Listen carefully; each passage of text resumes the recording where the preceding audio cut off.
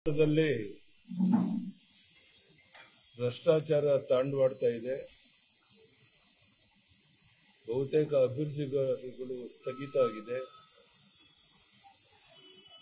ಜನರ ಸಂಕಷ್ಟಗಳನ್ನು ಯಾರು ಕೇಳೋದಿಲ್ಲ ಅನ್ನುವಂಥ ದುಸ್ಥಿತಿ ಬಂದು ತಲುಪಿದೆ.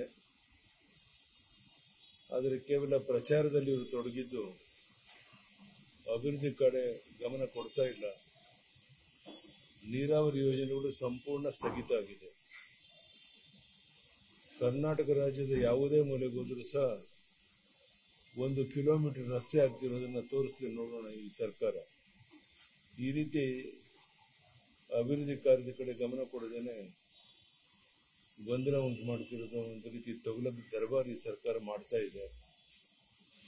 ನಾವು ಅಲ್ಪಸಂಖ್ಯಾತರ ವಿರೋಧಿಗಳಲ್ಲ, ಆದರೆ ಅಲ್ಪಸಂಖ್ಯಾತರಿಗೆ ಮಿತಿಮೀರಿ ನೆರವನ್ನು ಕೊಡುವಂಥದ್ದು ಸಹ ಅಕ್ಷಮ್ಯ ಅಪರಾಧ. ಪರಿಶಿಷ್ಟ ಜಾತಿ ಪರಿಶಿಷ್ಟ ವರ್ಗದ ಜನರಿಗೆ ಹೆಚ್ಚು ಅನುಕೂಲ ಮಾಡಿಕೊಡಬೇಕಾಗಿರೋ ಈ ಸರ್ಕಾರ ಕೇವಲ ವೋಟ್ ಬ್ಯಾಂಕ್ ರಾಜಕಾರಣಕ್ಕಾಗಿ ಅಲ್ಪಸಂಖ್ಯಾತರನ್ನ ತೃಪ್ತಿಪಡಿಸುವಂತ ಕೆಲಸದಲ್ಲಿ ತೊಡಗಿದೆ. ಇದನ್ನು ನಾನು ಮಾತ್ರ ಅಲ್ಲ, ಎಲ್ಲರೂ ಸಹ ಖಂಡಿಸ್ತಾ ಇದ್ದಾರೆ. ಈಗಲಾದರೂ ಸರ್ಕಾರ ಜಾಗೃತವಾಗಿ ಅಭಿವೃದ್ಧಿ ಕಡೆ ಗಮನ ಕೊಟ್ಟು ಎಲ್ಲ ವರ್ಗದ ಜನರಿಗೆ ಒಂದು ನ್ಯಾಯ ಒದಗಿಸಿಕೊಡುವಂತ ಕೆಲಸ ಮಾಡಬೇಕು ಅಂತೇಳಿ ಈ ಸಂದರ್ಭದಲ್ಲಿ ಒತ್ತಾಯ ಮಾಡಿ. ಬಿ.ಆರ್. ಪಾಟೀಲ್ ಅವರೊಂದು ಆಡಿಯೋ ವೈರಲ್ ಆಗಿದೆ. ಬಿ.ಆರ್. ಪಾಟೀಲ್ ಅವರು ಶಾಸಕರು ಮಾತಾಡಿದೊಂದು ಆಡಿಯೋ ವೈರಲ್ ಆಗಿದೆ. ಹಣ ಕೊಟ್ಟು ಆಶ್ರಯ ಮನೆಗಳನ್ನ ತಗೋಬೇಕಾಗಿದೆ ಅಂತ. ಬಿ.ಆರ್. ಪಾಟೀಲ್ ಹೇಳುವಂತದ್ದು 100% ಸತ್ಯ. ನಾನು ಅದನ್ನೇ ನಿಮ್ಗೆ ಹೇಳಿದ್ದು. ಹಣ ಕೊಡದೆ ದುಡ್ಡು ಕೊಡದೆ ಯಾವುದೇ ಕೆಲಸ ಆಗೋದಿಲ್ಲ ಅನ್ನೋಂಥದ್ದು ಸಾಬೀತಾಗಿದೆ. ಬಡವರ ಮನೆ ಬೇಕು ಅಂದ್ರೂ ಸಹ ದುಡ್ಡು ಕೊಟ್ಟೆ ಮನೆ ತಗೊಳ್ಳುವಂತ ದುಸ್ಥಿತಿ ಬಂದಿದೆ. ನಾನು ಹೇಳ್ತಾ ಇಲ್ಲ, ಸ್ವತಃ ಬಿ.ಆರ್. ಪಾಟೀಲ್ ಹೇಳಿದ್ದಾರೆ ಅಂದಮೇಲೆ ಇದನ್ನಾದ್ರೂ ಈಗಲಾದ್ರೂ ಸರ್ಕಾರ ಒಪ್ಕೊಂಡು ತಪ್ಪನ್ನು ಸರಿಪಡಿಸಿಕೊಂಡು ಬಡವರಿಗೆ ನ್ಯಾಯ ಒದಗಿಸುವಂತ ಕೆಲಸ ಮಾಡಬೇಕು ಅಂತ ಒತ್ತಾಯ ಮಾಡ್ತಾರೆ. ಪ್ರಹ್ಲಾದ್ ಜೋಶಿ ಅವರು ನಿನ್ನೆ ಹೊಸ ಪ್ರಯತ್ನವನ್ನು ಆರಂಭ ಮಾಡಿದ್ದಾರೆ. ಕೇಂದ್ರ ಸಚಿವ ಪ್ರಹ್ಲಾದ್ ಜೋಶಿ ಅವರು ಅಸಮಾಧಾನಿತರನ್ನ ಕರೆದು ಸಭೆ ಮಾಡುವಂತ ಪ್ರಯತ್ನವನ್ನ ಮಾಡಿದ್ದಾರೆ. ಪ್ರಹ್ಲಾದ್ ಜೋಶಿ ಅವರು ಏನು ಪ್ರಯತ್ನ ಮಾಡ್ತಾ ಇಲ್ಲ, ಅದಕ್ಕೆ ನಾನು ಸ್ವಾಗತ ಮಾಡ್ತೇನೆ. ಅಸಮಾಧಾನದಿಂದ ಯಾರೇ ಇದ್ರೂ ಸಹ ಅವ್ರ ಜೊತೆ ಮಾತನಾಡೋಕೆ ನಾನು ಸಿದ್ಧ ಇದ್ದೇನೆ. ನಾನು ನಿರ್ಧಾರ ಮಾಡಿದ್ದೇನೆ, ಆದಷ್ಟು ಪ್ರತಿನಿತ್ಯ ಬೆಳಗ್ಗೆ ಬಿಜೆಪಿ ಆಫೀಸ್ ಬಂದು ಮಧ್ಯಾಹ್ನವರೆಗೆ ಇಲ್ಲಿದ್ದು ನಂತರ ವಾರಕ್ಕೆ 1-2 ಜಿಲ್ಲೆಗಳಿಗೆ ಹೋಗಿ ಬರಬೇಕು ಅಂತ ತೀರ್ಮಾನ ಮಾಡಿದ್ದೇನೆ.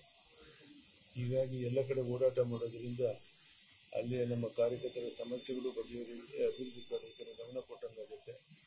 ಈ ಕೆಲಸವನ್ನು ಮಾಡಬೇಕು ಅಂತ ನಿರ್ಧಾರ ಮಾಡಿದ್ದೇನೆ. ಸಾಧ್ಯವಾದಷ್ಟು ಮಟ್ಟಿಗೆ ನಾನು ಊರಲ್ಲಿದ್ದಾಗ ಪ್ರತಿನಿತ್ಯ ಬೆಳಗ್ಗೆ ಬಂದು ಮಧ್ಯಾಹ್ನದವರೆಗೆ ಇಲ್ಲಿ ಆಫೀಸಲ್ಲಿ ಇರಬೇಕು ಅಂತ ತೀರ್ಮಾನ ಮಾಡಿದ್ದೇನೆ. ಜೆಡಿಎಸ್ ಈಗಾಗಲೇ ಪಕ್ಷ ಸಂಘಟನೆಗೆ ಪ್ರವಾಸ ಆರಂಭ ಮಾಡಿದೆ. ಮೊನ್ನೆ 16ನೇ ತಾರೀಕಿಂದ ಬಿಜೆಪಿ ಅಂತ ಪ್ರಯತ್ನ ಯಾವಾಗ? ನಾನು ಜೆಡಿಎಸ್ ಓಡಾಡ್ತಿರೋದಕ್ಕೆ ಸ್ವಾಗತ ಮಾಡ್ತೇನೆ.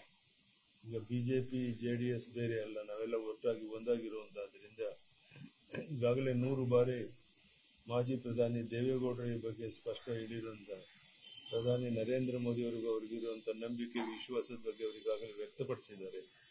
ಹೀಗಾಗಿ ಬರುವಂತ ದಿವಸದಲ್ಲಿ ಕೇಂದ್ರ ಸರ್ಕಾರ ಏನು ತೀರ್ಮಾನ ತಗೊಳ್ತದೆ ನೋಡಿಕೊಂಡು ಬಿಜೆಪಿ ಜೆಡಿಎಸ್ ಒಟ್ಟಾಗಿ ಮುಂದೋಗಿ ಹೇಗಾದ್ರೂ ಮಾಡಿ ನಾವು ಸರ್ಕಾರವನ್ನ ಇಳಿಸಬೇಕು, ಬಿಜೆಪಿ ಸರ್ಕಾರ ಅಧಿಕಾರಕ್ಕೆ ಬರಬೇಕು.